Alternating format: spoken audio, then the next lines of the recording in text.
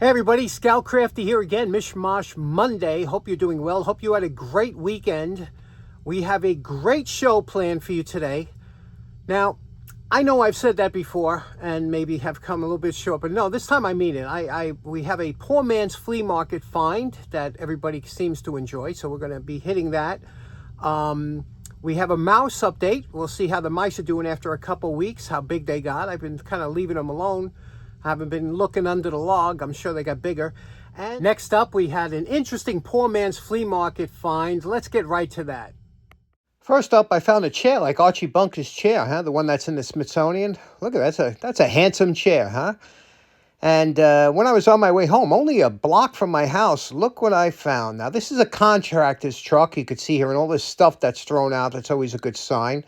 All kinds of stuff. A couple shopping carts here, and we have a bin of, we have some folding chairs, a bin of nails over here, bunch of empty fire extinguishers. I checked all them, they're empty, but nice fire extinguishers, right? And let's see what else we got here. Ooh, look at that, little blower up there, huh? And that's a handsome table, huh? A little end table there. Looks better in the pictures, but yeah, there's some interesting stuff. One of them foldable hand trucks that always give you trouble. So we'll see what we're going to take here. We got something good we'll find. Anyway, this is what I found. A Toro. And this Toro here is a blower. And it's called the Ultra Blower Vac. You can see here it's in perfect mint condition. Now, here's the problem. When you see stuff that's thrown up by a contractor, there's a good chance that this don't work. If it's a homeowner, maybe work. Contractors, they usually run it until it dies and then they toss or whatever. So I don't know, but it's missing it's missing the hose in the front. Funny thing about this unit sells for, you can get it for $100. It's a vacuum. It's a pretty good unit, they say. They sell for $100 and it comes with all the accessories. This doesn't have, I'm missing the tube in the front. And if you look, if you say, oh, I'll just buy a new tube. You see what they do want for the tube? They want $30, $40. It's half the price of the new unit. But we're going to see what we can do with this. And first we're going to do is plug it in. Now, this don't have an on-off switch. It has a variable speed. These variable speed switches are troublesome on a lot of equipment. So what do you think? You think this is going to work? I didn't try it in yet. The plug is still here. Let's plug it in, see if it works, and give it a shot. Okay, just plugged it in. We're going to try it out now. I have not tried it yet. Coming clean, we're going to see what happens. Let's give it a turn. Okay, we got nothing. We're dead. DOA. See, this is what I always tell you. You got to look at the place it's coming from. When I saw this in the garbage, I said, look at the shape of this thing. It probably don't work. But that's what makes it fun. Let's see if we can't get this to work. Now, these variable switches, like I said, a lot of times are trouble. Variable speed switches can give you trouble a lot of times instead of a regular on-off switch. The first thing I did check when I saw this is I gave this a spin. It spins freely, so that's a good sign. So it's probably something electrical, which doesn't mean we'll be able to fix it. But you see, there's a bunch of screw holes here, so let's get started and see if we can't pop this top off. It's a heavy duty. These are good units, but let's see what we can do. Okay, next what I do, I know this might sound a little crazy, but I count the screws. There are 14 screws holding this case together. What I do is I make a quick rendition of it on a piece of cardboard with holes in each screw position, and when I take out the screw, I put it into that hole like that.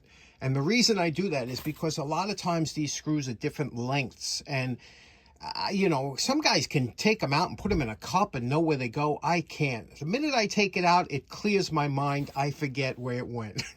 So I'll take all these screws and put them in the appropriate positions. Okay, good news. We removed all the screws and put them in their appropriate spot, but they are all exactly the same length. So that is good news for A, for us, and B, for the engineering, because even though there's all different thicknesses here and here and here, they use the same screw all the way around, which was great.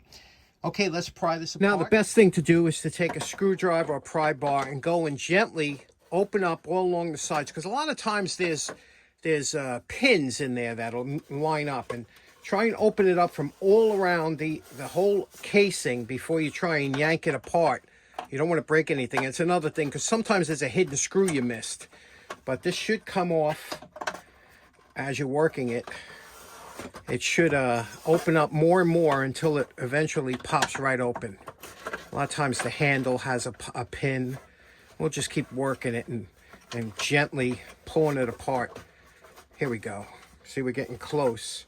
But there is definitely some kind of probe or pin, especially around the handle here. Sometimes, sometimes that knob can be a pain too. But can we see here? Here we go. And a little bit of prying. You don't want to break anything. Oh, there's a sticker there. That sticker was holding it. There we go. We have Houston, we have separation. You know something? Look at that. Look how nice and clean that looks inside, right? I mean, how many times do we take something apart that just looks absolutely horrendous? All right, let's take a moment and give a good look and see what we have going on here. Now, before you start diving in and everything, just take a good look. Like I said, it looks clean. I don't smell any residual burn marks like it's burnt out. So everything looks good. But over here, look at this. See this over here? Watch this.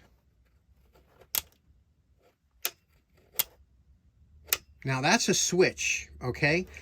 Now, there's a guard that goes over here that might make that switch depress so that you don't stick your fingers in here and they don't get sued. So, and I don't have that guard. But I'm going to plug this in, hit this switch, and see if it works. It could be that we're just missing the guard here or something, and that's not activating that safety switch. So what do you say we try that? Boy, keep your fingers crossed on that. Okay, so I'm going to press the switch in and then rotate this. Can you see with my thumb? I'll turn it on when the switch is pressed in. Switch is in.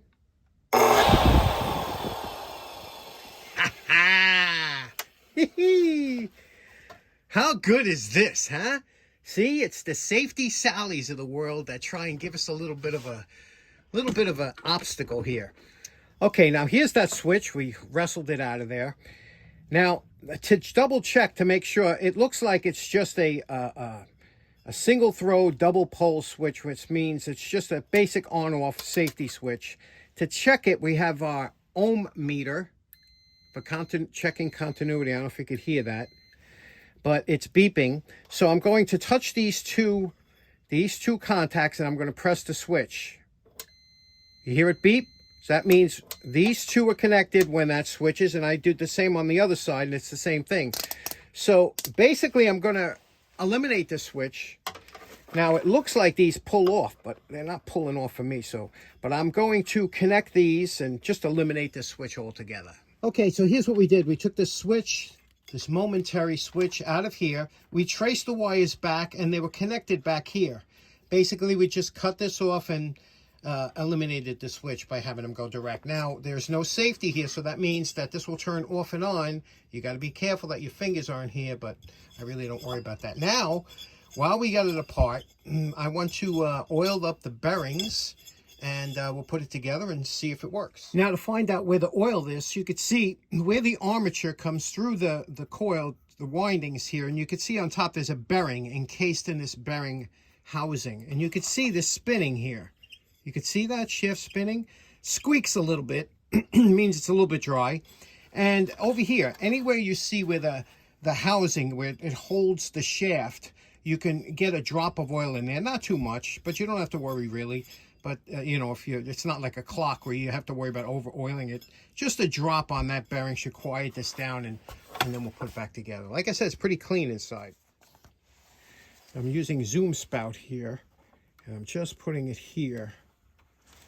I'll stand it up, but you can see it better when it's laying down. Now that we got it all together, minus the one safety switch here, what do you say we clean it up? Clean up the outside. It kind of looks like it was used in a site, huh? Let's clean it. This is a heavy-duty unit.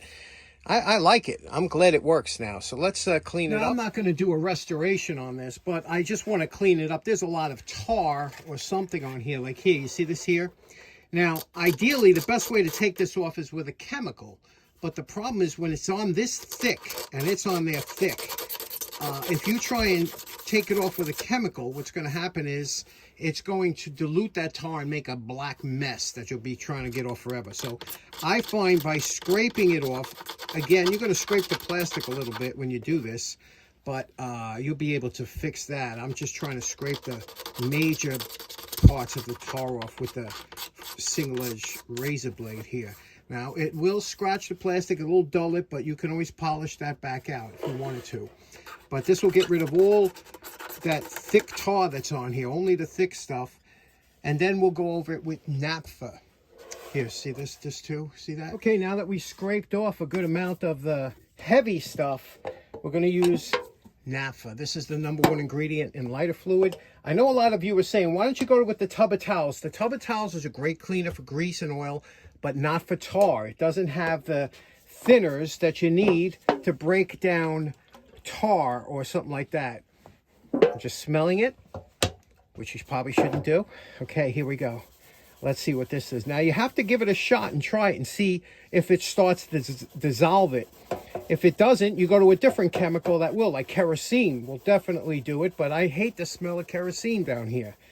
And you can see it is picking it up and dissolving it. And you can see how it's taking off that, and that's why we scraped off the thick stuff, because it would just dissolve it and make it into a tar that would wipe all over here. So we'll wipe this down and try and get most of it off. Then we'll go over with the tub of towels. Not bad, right? Now you know my favorite part. Remember what this Toro blower looked like before we started. And we're calling this project done. What do you think about that, huh? Check that out. Boy, that was a good find, wasn't it? A little bit of elbow grease, removing one switch. Now we just need that front tube, and I found a supply on it on eBay, which is affordable. What do you think? I think I should go for it. And let me show you how this baby works. Okay, I don't want to make a lot of dust down here, so I'm just going to lift it up and turn it on so you can hear it.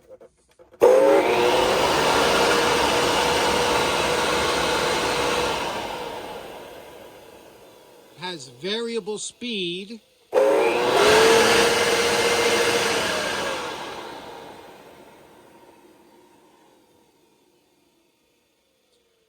Wow, that thing is super powerful. What do you think?